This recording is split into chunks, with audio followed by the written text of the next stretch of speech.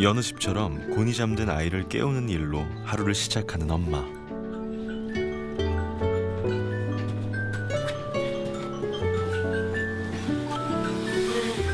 일어서, 일어서.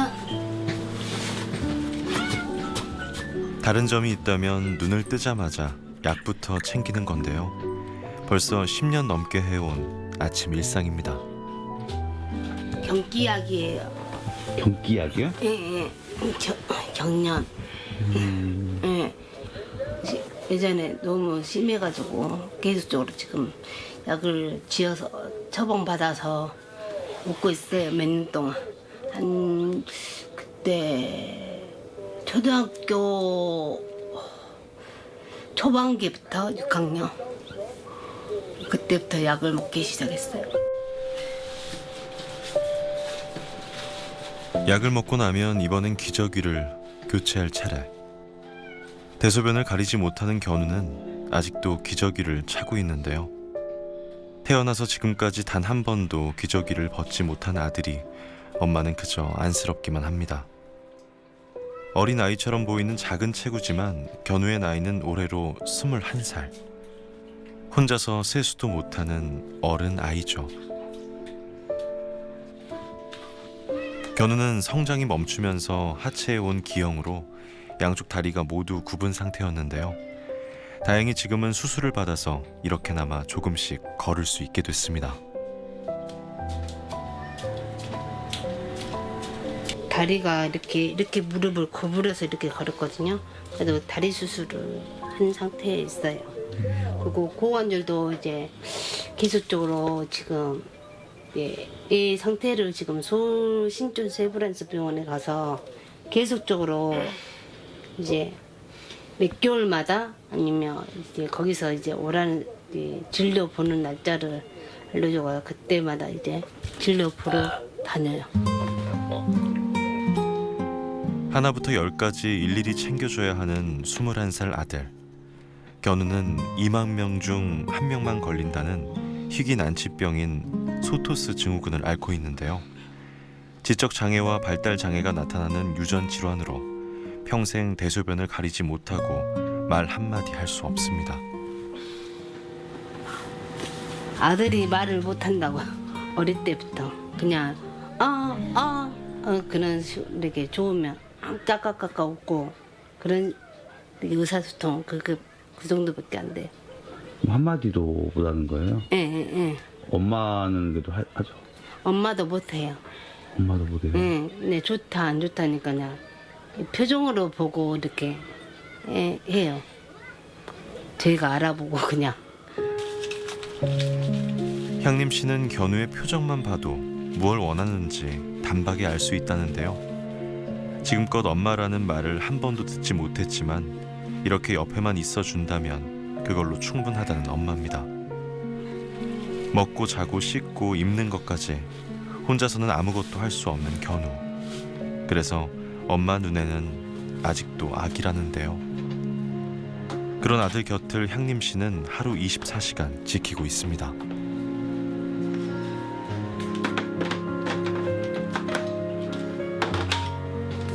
지적장애요.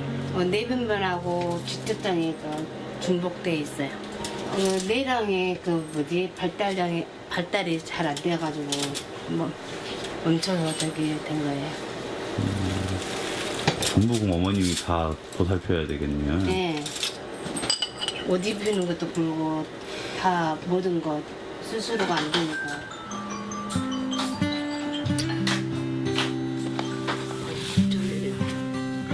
약을 먹기 위해 수년째 같은 식사 시간을 지키고 있다는 모자.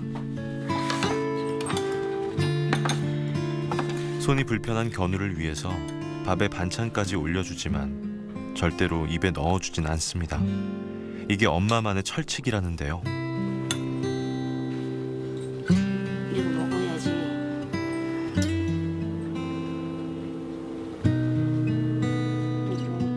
힘들어도 스스로 먹는 연습을 계속해야지 뇌도 근육도 굳지 않기 때문이죠.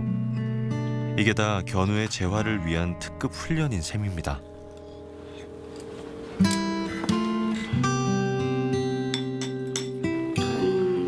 태어나서 이제 처음에 그 6개월 때인가 내가 다 안 자라가지고 그 수축된 상태일 때, 멈춰 있는 상태일 때, 그때부터 이제 계속 재활 활동을 했죠.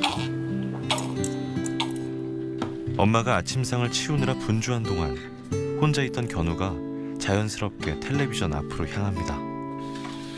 많은 시간을 집안에서 보내온 견우에게 TV는 유일한 친구 같은 존재라는데요.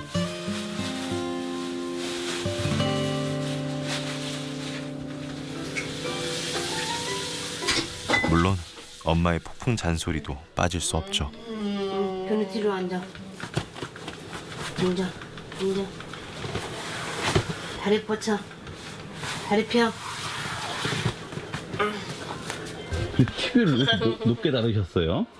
아니 그 막둥이가 이제 자연동이 너무 심해가지고 예전에 밑에다가 TV를 설치를 했는데 얘가 그 자연동 해가지고 TV가 한번 망가진 적이 있거든요. 그래서 위에다가 올렸어요. 5년 전 남편과 이혼한 엄마는 홀로 3남매를 키우고 있는데요. 첫째 견우와 3살 터울의 막내 역시 형과 같은 병을 가지고 태어났습니다. 활동적인 막내는 형과 달리 분노 발작이나 자해같이 이상 행동을 보일 때가 많다는데요. 쿠션 같은 게 많이 돼 있네요. 네. 그 막둥이가 예전에 같이 살았는데 지금 아기가 집에서 떨어져서 이렇게 낙상에 떨어져서 지금 요한병원에 있어요. 그래가지고 전에 자해행동은 너무 심하다 보니까 머리 받고 어디든 다 모서리 쪽에 있는데도 받고만 그래서 이렇게 붙여놓은 거예요. 지금 큰 아이하고 그러면은 막내하고 예. 이렇게 아픈 애기. 두 예, 분이 둘이. 같은 병인가요? 예. 근데 큰아이는 그래도 좀 순한 편이고, 근데 막둥이는 좀 활발한 성격이어가지고 좀 그게 또 단점이 돼요. 애기가. 엄마 혼자 아픈 아이를 하나도 아닌 둘씩이나 키우는 일이 어디 쉬웠을까요? 그 힘겨웠던 날들은 엄마의 몸도 병들게 했습니다. 향림 씨는 갑상선 암 투병과 디스크로 인해 건강이 좋지 않은데요. 그동안 엄마를 도와서 오빠와 동생을 돌봐온 둘째 딸이 타 지역으로 대학을 가면서 엄마는 아픈 두 아이를 챙기느라 하루 24시간이 부족할 지경입니다. 내 이빨이 안 좋아가지고 치즈골 이식 수술해서 진통제나 먹고 했어. 많이 아프신 상태예요. 그러면? 예, 좀 이빨이 좀 안 좋아 지금. 염증이 심해가지고 치료받았거든요. 막내의 낙상 사고 이후 엄마의 걱정이 하나 더 늘었습니다. 아픈 아이들이 지금보다 안전하고 편안하게 지낼 수 있게 이사를 가고 싶지만 이사 비용은커녕 한 달에 50만 원씩 들어가는 아이들 기저귀 값도 부담스러운 형편인데요. 수급비만으로 내 식구의 생계를 꾸리기엔 턱없이 부족합니다. 당장 아르바이트라도 해서 한 푼이라도 벌어 생활비에 보태야 하지만 잠시만 자리를 비워도 어떤 사고가 일어날지 모르는 상황에서 아이들만 두고 외출은 꿈도 꿀 수 없습니다. 이사를 가야 되는데 돈이 안 되니까 가고 싶어도 가지도 못하고 그냥 얘들은 저기 하고 내 기초수급자 생활비로 사는 거죠. 일일. 근데 기초수급자에도 지원받을 수 있는 거는 저기 하고 딸아이도 이제 국가장학금 해가지고 이렇게 해서 지원받으니까 이렇게 하지. 안 그러면 따로 이렇게 하려면 너무 힘들죠. 생활이. 기저귀도 채워야 되고 모든 게.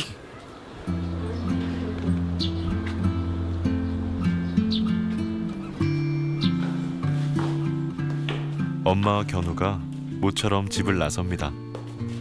오늘은 견우가 장애인 주간 보호센터에 가는 날인데요. 다리가 불편한 아들이 행여나 넘어지지 않을까 엄마는 견우의 손을 더 꼭 잡습니다. 걸는 게 굉장히 불편해 보이는 것 같아요. 네, 좀 다리가 불편하니까요. 아니, 좀 멀리 갈 때는 좀 휠체어 태워서 다녀요. 센터 차량이 기다리는 큰 도로까지만 걸어가면 되는데 얼마 못 가 주저앉고 마는 견우.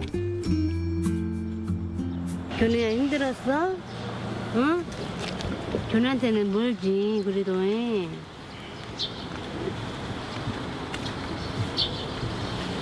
견우야, 몸 건강, 몸 생각해서 걸어야지. 예. 힘들면은 잠깐씩 쉬었다가 걷기도 해요. 엄마의 응원에 힘을 내 다시 걷기 시작하는 견우. 힘들어도 조금씩 걸어야 다리 근력을 키울 수 있다는데요. 채 10분이 안 되는 거리지만 견우에게는 1시간처럼 멀게만 느껴집니다. 견우 차 빨리 와세요. 견우가 기다리고 있어요. 선생님 오늘 이렇게 늦어요. 빨리 와주세요. 힘들어하는 견우를 어르고 달래는 엄마. 아픈 아이들을 돌보다 보면 지칠 때도 있지만 엄마에게 견우는 삶의 이유이자 이 세상 무엇과도 바꿀 수 없는 소중한 보물입니다. 말은 안 해도 이런 엄마의 마음을 견우도 알고 있겠죠. 이렇게 차 안 와. 응? 오늘 차가 좀 늦나 보네요. 네, 오늘 좀 늦네요. 동산시에서 빨리 오는데 10분에서 그 정도 오는 것 같기도 하고.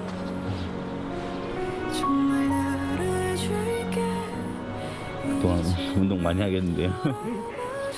네, 너무 운동을 안 해서 견우도 좀 걸어야 돼요. 다리 힘도 길러주고 해서 좀 걸어야 돼서 좀 빨리 나와요.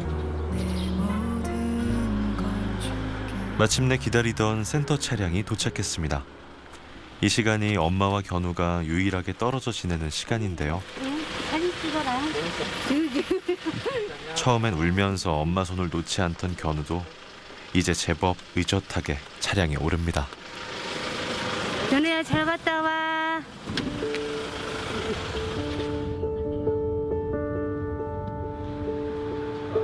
도착한 곳은 동구에 있는 한 장애인 주간보호센터. 이곳은 가족의 도움 없이는 일상생활을 유지할 수 없는 18세 이상의 발달 장애인들을 주간 동안 가족들을 대신해 돌봐주는 시설인데요. 견우도 1년 전부터 이곳을 이용하고 있습니다. 견우 씨 같은 경우는 저희 작년 2월에 여기 센터에 입소를 하였습니다. 그때 당시에는 일상생활에 전혀 되지 않는 용자였는데 지금 많이 적응하고 지금 혼자서도 프로그램 참여를 할 수도 있고 그에 따라서 또 일상생활에서 좀 더 발전할 수 있는 모습을 지금 보여주고 있습니다. 센터에서는 심리치유나 신체 활동과 같이 발달 장애인들의 특성에 맞는 다양한 프로그램을 운영하고 있는데요. 견우도 이곳에서 사람들과 어울리면서 새로운 체험을 통해 사회에 적응하는 법을 조금씩 배워나가고 있습니다. 집에만 있을 때보다 견우의 표정도 훨씬 밝아졌습니다. 큰 사람 학생?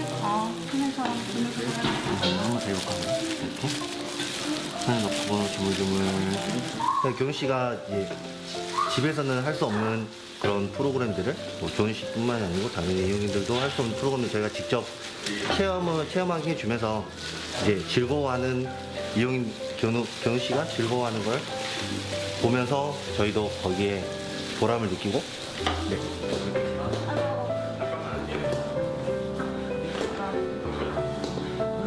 갑자기 등장한 케이크에 깜짝 놀란 견우.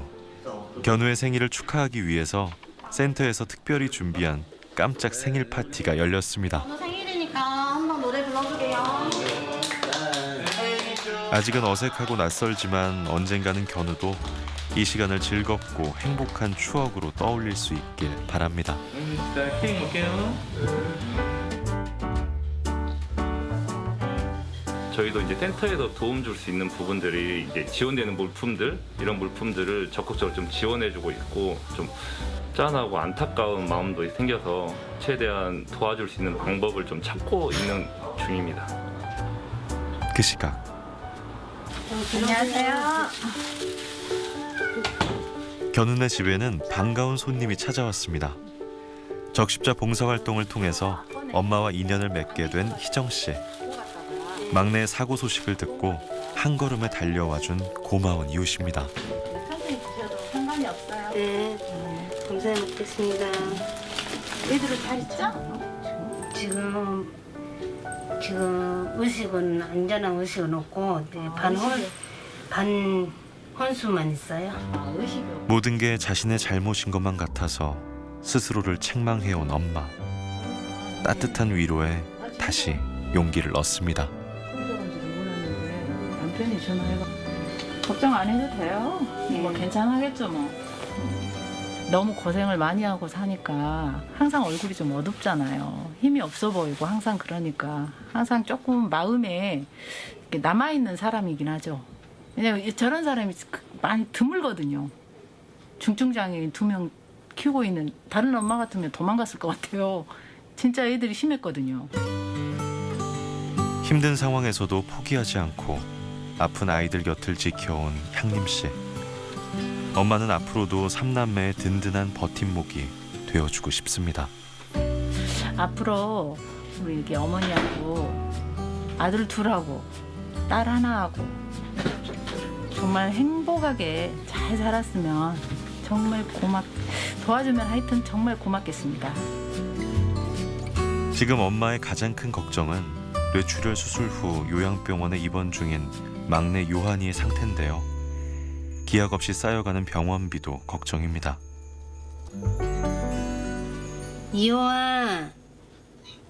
요한아, 엄마, 사랑하는 아들, 엄마, 요한아, 밥 먹었어? 잘 자고, 응? 코로나로 간병조차 할 수 없으니 더욱 답답한 상태. 왜 졸려? 이렇게 아들의 모습을 지켜보는 게 요한이야, 지금 향림 씨가 할 수 있는 전부입니다. 지금까지 잘 이겨내야지, 응? 넌 잘할 수 있지? 요한이가 엄마의 목소리를 듣고 조금만 더 힘을 내주길, 부디 이 고비를 잘 이겨내길 엄마는 간절히 바랍니다. 마음도 아프고, 네. 코로나가 얼른 빨리 지나갔으면 좋겠어. 그 마음밖에 없어. 그래야지 애기가 볼 수 있고 저기 한데 앉아보는 게 소원이야. 가까이서. 중증 장애를 앓고 있는 두 아들을 홀로 돌보는 엄마 향림 씨. 엄마의 소원은 아이들이 더 이상 아프지 않고 지금처럼 그저 함께 오래오래 사는 건데요. 엄마의 이 작은 바람이 이뤄질 수 있게 사랑과 정성을 전해주세요. 엄마와 가족들에게 희망을 선물해주세요.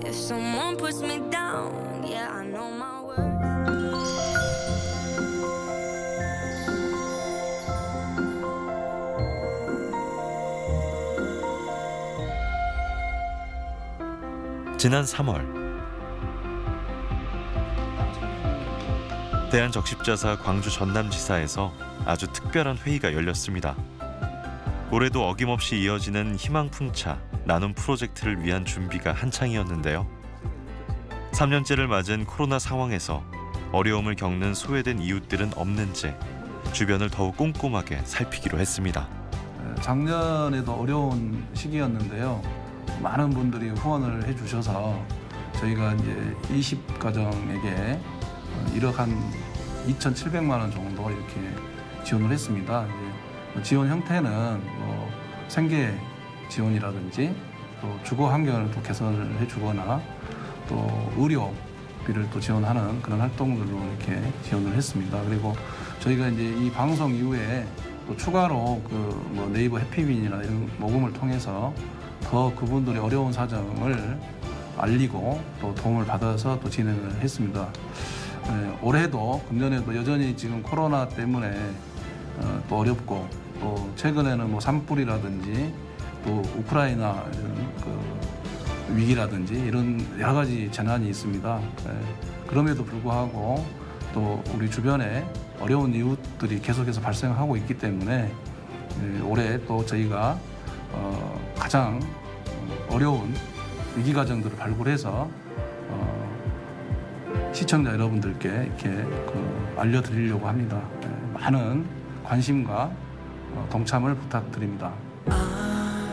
갑작스러운 사고와 질병, 가난으로 위기에 처한 이웃들에게 희망을 전하는 나눔. 올해도 희망풍차가 힘차게 돌아갈 수 있게 따뜻한 사랑과 마음을 나눠주세요. 대한적십자사가 여러분과 늘 함께하겠습니다. 1, 2, 3 and 4 hours gazing at the sky. Our past is the shooting star across the night. It's like a